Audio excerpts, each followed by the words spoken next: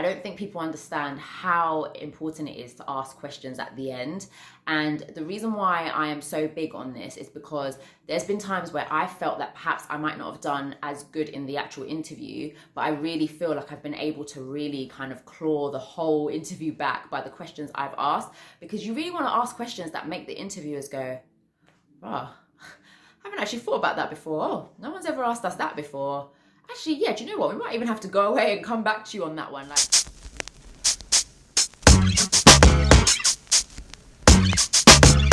am I blending in with the sofa? Hi everyone, and welcome back to the Slay with Shay platform, the platform that aims to empower and encourage people when it comes to their financial well-being, their career, and their lifestyle choices. If you're new to my channel, welcome to the family. Please do hit that subscribe button so you can continue to stay engaged in related content. And thank you to everyone that has been supportive and has been tuning into my videos and my Instagram content so far. We'll always keep expressing my appreciation because I am truly grateful. Guys, apologies if I'm fully blending in with my sofa right now. I've really tried to rearrange the cushions, everything, to try to make myself less, I don't know, but today I'm wearing a black top and I just fully feel like I'm blending in with my sofa. And don't worry guys, I know I need to experiment with different backgrounds and stuff, but I am literally almost in the process of basically redecorating my whole flat and doing a few things. So I kind of feel like once I've done that and like the flat is the way in which I want it, I can then experiment with moving around different parts of my house, etc. My flat, sorry. And yeah, so yeah, you guys will be seeing different backgrounds soon. But for now, you just have to bear with little old me and my sofa. In this video, I wanted to talk about what my top interview tips are. I did get a question on this, which when people were asking me questions about career, etc., about interview tips, but I thought it would be good to just do a completely separate video on it rather than blend it with my last career video. I'm going to talk you guys through what my top interview tips are and things that I actually implement myself whenever I'm going for interviews and also when I'm conducting interviews. So yeah, make sure you have your pen and paper handy so that you can start taking some notes. So the first tip I would give is to remember that the interview is a two-way process. Often we go into interviews and we are so focused on how much we want the job, how much we want them to like us, how much we want them to be able to see the value that we add. But we really need to start getting into the habit of going into the interview and asking those same questions on the reverse. Like, what can this company do for you? What are you going to gain by being here? Other than obviously, of course, the role and the experience, etc. What else can they offer you? What are your interviewees like? If this is your potential manager, for example, what kind of vibe do you get from that person? Do they give you a vibe of someone that you would be happy to be managed by going forward? So yeah, I think it's really important to treat it as a two-way process and treat it as the same way that you want them to love you, you need to love them. You need to be happy and comfortable with the environment. You need to be happy and comfortable with the people interviewing you. You need to be comfortable with what you believe the company can do for you and your career. You need to be comfortable with whatever salary it is they're offering, the whole package itself. Like, you need to make sure that this is a two-way exchange. So rather than go into it with the kind of like one-dimensional approach of I need to go in there and impress them, they equally need to come and impress you too. It is a two-way conversation and it's a two-way experience. It's not just only about what you can bring, but it's also about what they can bring and what they can do for you. So another tip I would give is to treat it like a conversation. Once you kind of go in and you treat it more like a conversation rather than an assessment, there's a part of you that will automatically kind of become a bit more relaxed. Not so relaxed to the point that you forget that it's an interview, but just relaxed enough that you just feel like you're having a conversation with somebody that you know. I know it can be quite hard to try and get into that frame of mind because you think, okay, I don't want to say the wrong thing, I don't want to be too relaxed, and then they think that I'm not taking it seriously, etc. But there's definitely a way you can kind of go in with the same kind of level of confidence as somebody that's being assessed, but also with a certain level of relaxation that this is just a conversation. It's a conversation about my skills. It's a conversation about my experience. Treat it as, for example, if you were sitting with a friend or family member who really didn't know anything about your field of work and they're asking you to describe it and they're asking you what you like about it, what you don't like. They're asking you what your strengths and weaknesses are, kind of like what your skills are like. Just treat it like that. treat it like that. And, you know, once you treat it like a conversation, I think there's just this kind of element of like peace that kind of comes along with it. Well, at least for me anyway. I think that when you go in and you treat it like a conversation, and yeah, I think there's something about that that will automatically relax your nerves a bit, and, you know, you'll feel less like an assessment and more just like a conversation. So my next tip would be to make sure that you fully understand the question before you try and answer it. Often we think that they've said something, or we think they mean something, so we just go full guns blazing and we start saying an answer that we think is reflective of what they've asked us, only to find halfway through your answering you actually figure out, actually no, I just realized what they asked me, you know. I'm saying this from experience, and it's often quite hard to claw it back at that point, and the interviewer might just think, okay, this person's just waffling. So yeah, there's no harm in asking an interviewer to repeat themselves or to clarify. So if, for example, they ask you something, say to them, do you mean this? Or are you asking me this? And get them to say, yeah, that's what we mean. Then you have the confidence that you're actually going to answer the question in the way in which they have intended for you to answer it, rather than just assume something that they might have said and then go in and start saying all these things and then later realize that, oh, actually, no, that's not what they meant. I would say just to make sure that you fully understand the question before you even begin to even think about answering it. Another tip I give is to make sure that you talk clearly, confidently, and at a steady pace. I know, rich coming from someone like me that talks so fast. But yeah, in interviews, it's really important to make sure that you are talking clearly, that your interviewers can understand you, they can like kind of make out what you're saying, and also that you're not talking so fast that they're actually not catching on to the important things you're saying. So yeah, it might be that they're hearing you, but if you're talking so fast that they're only catching bits here and there, you might be saying something that's actually really, really good, but they've missed it because you said it so fast. It's important just to not talk too slow, but just be steady in your pace. And if you have to pause at certain points, give yourself a bit of a break, have some water, etc. Do what you need to do, but just make sure that you're not talking so fast that the actual critical parts of what you're saying end up being missed. My next tip is to make sure that you maintain eye contact with everybody in the room. This is something that it sounds easy, but sometimes can be quite hard to do, especially if you've got more than 2 people interviewing you, let's say. But I would say it's really important to try and maintain eye contact, especially if you're being interviewed by 2 people, which is often the case nowadays, to just try and make sure that you are looking at both of them when you're talking. When you say certain things, you're like kind of gesturing towards one person and then the other. I've done interviews in the past where I felt, and it probably wasn't the interviewee's intention, but I have felt that because my colleague has been a male, and let's say the person being interviewed is a male, they spend the whole interview looking at the male and they don't even really acknowledge me sitting there. So it kind of gives this feeling that they might think that I'm insignificant. It's probably not their intention, but that's sort of how it comes across. So you want to make sure that you're maintaining good eye contact with everybody in the room.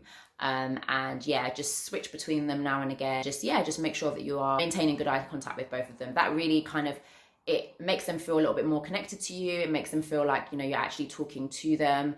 And yeah, it kind of helps keep them engaged in what you're saying as well. Because if you're just looking at one person the whole time, the other person is just going to be feeling a bit like, okay, what about me? To make sure that you are maintaining good eye contact with everybody that's interviewing you. Another tip I would give is to try and build a good rapport with your interviewers. So try and find some common ground somewhere where you can have a light-hearted exchange. I'm not saying like go in and try and tell loads of jokes. That might work for some, but depending on the kind of interview you're going for, you don't know what your interviewers are like. You don't know what their personalities are like yet. But when you're kind of, as the interview starts and flows, you will soon kind of gauge their personalities and gauge the type of people that they are. And yeah, you might find opportunities where you can have kind of like a lighthearted exchange about something, or perhaps they say something that resonates with you, or even if it's that they mention a TV program or something and you watched it too, and you kind of like have a bit of an exchange about that. You'll always kind of gauge when stuff like that is appropriate, but it always kind of like sets a really good kind of tone when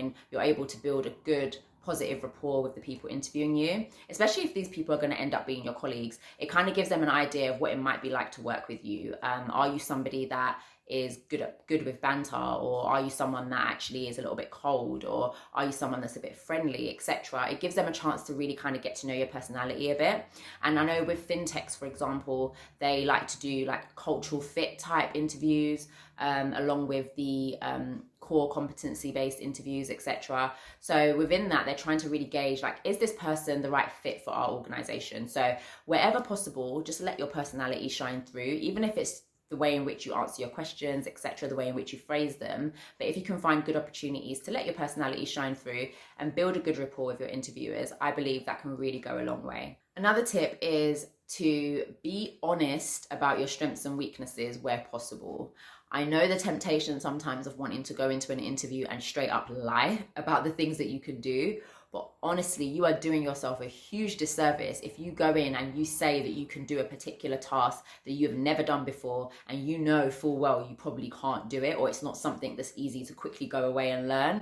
Because what will happen is, if you are hired on the basis of the fact that you've said that you can do XYZ, they have brought you in as the subject matter expert for whatever that particular thing is, and they're expecting you to just deliver it straight away.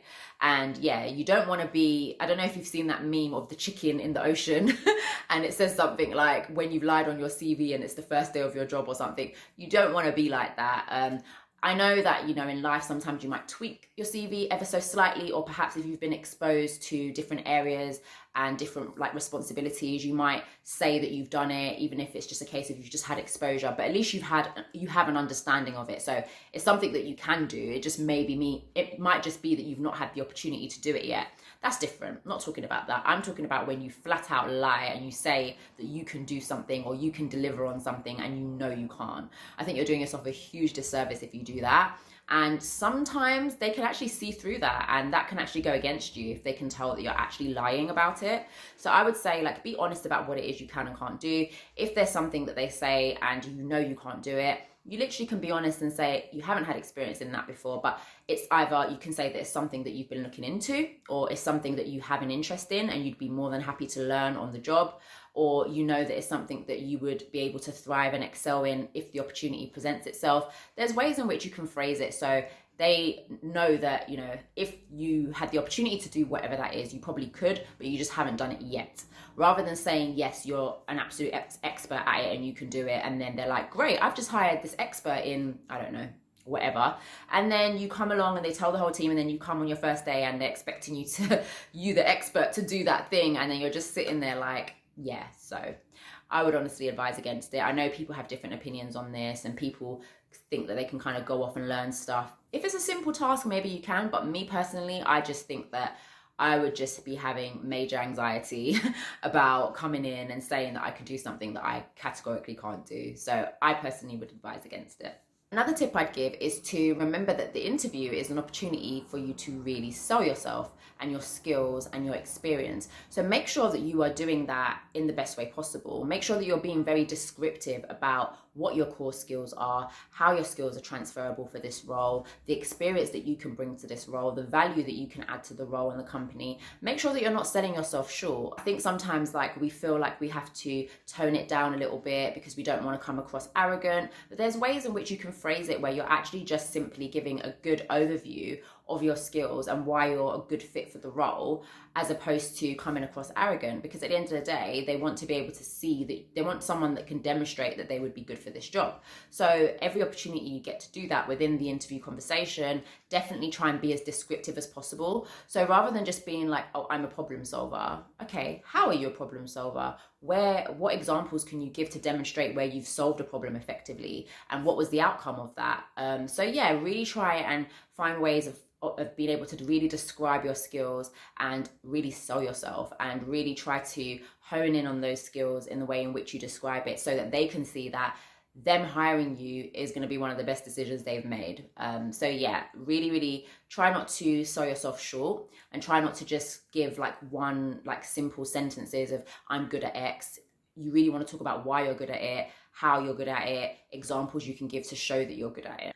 Another tip I'd give is to not overshare. Don't share information that you don't really need to share. So, for example, don't go to your interview and say that you bumped off work a few times to go to festivals, or you called in sick when you weren't really sick, or you're somebody that doesn't really like to talk to people that much, or I don't know, basically anything that doesn't paint you in a good light. And I know it sounds silly, like why would anyone go into an interview and say that? But honestly, people do that. People sometimes overshare, sometimes out of nervousness, sometimes out of what they think might be a way of building rapport and building up a little banter. They might just, just let something slip that kind of doesn't paint them in the best light. So try not to overshare. Try to make sure you're sticking to what you're being asked. Of course, when you have opportunities to really kind of sell yourself, etc., do that, but don't kind of say things that are not really relevant to the role or your experience or anything that's going to paint you out in a negative light. Try to avoid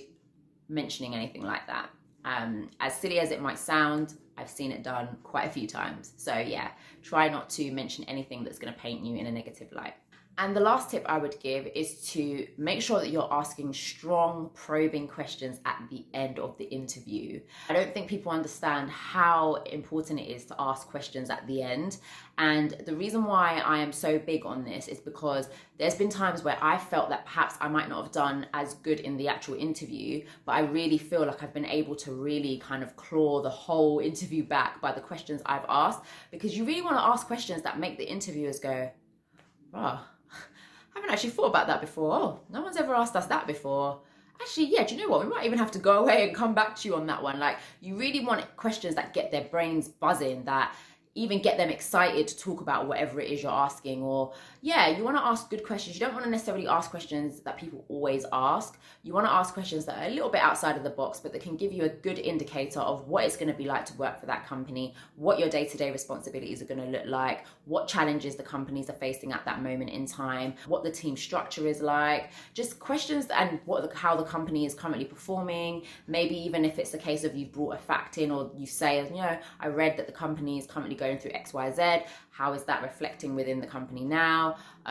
What does this mean for this department? How does this department get involved in this? Like, just questions that won't get them to answer you with like one word. You want probing questions that are going to get them to answer in full and get their brains working as well. I think like the interviews that I've always really enjoyed are the ones where they've asked me questions where I've been like, ooh, that's a bit of a doozy, that one. And even I've had to stop and really think about my answer. So I almost now feel like I'm being interviewed. I actually think those are the best ones. So yeah, really, really have a good think about really strong questions that you can ask at the end of an interview, so that for whatever reason, if you feel that the interview hasn't gone the best, you may be able to really kind of claw it back at the end, because that's an opportunity again to really showcase your skills, your experiences, and your understanding of the company and the role by the type of questions that you ask. So yeah, that would be probably one of my biggest tips, to really try and think about the questions that you're asking. And even if you ask for more than a few, that's fine. Just make sure that you're asking really good questions, and try not to just go in there with like one or two quite simple questions that they can answer in less than a minute. You want questions that are going to get them sitting there and get their brain working. And that's it, guys. Those are my main interview tips. I do have some more, but maybe perhaps I'll save those for another video. Let me know if you want another video on interview tips, or you want a more in-depth video on interview tips, and maybe you want me to talk about some interviews that I have conducted and interviews that I've done, etc. Let me know, and happy to do more videos on interview tips, because yep, we are, especially after this whole pandemic, we are securing these jobs in 2020 and beyond. So we'll happily continue to give tips where I can. Thank you guys so much for watching this video, and please do comment down below and let me know what you thought. Let me know if you are familiar with some of the tips I've given, if they've worked for you in the past, or if they haven't worked for you in the past.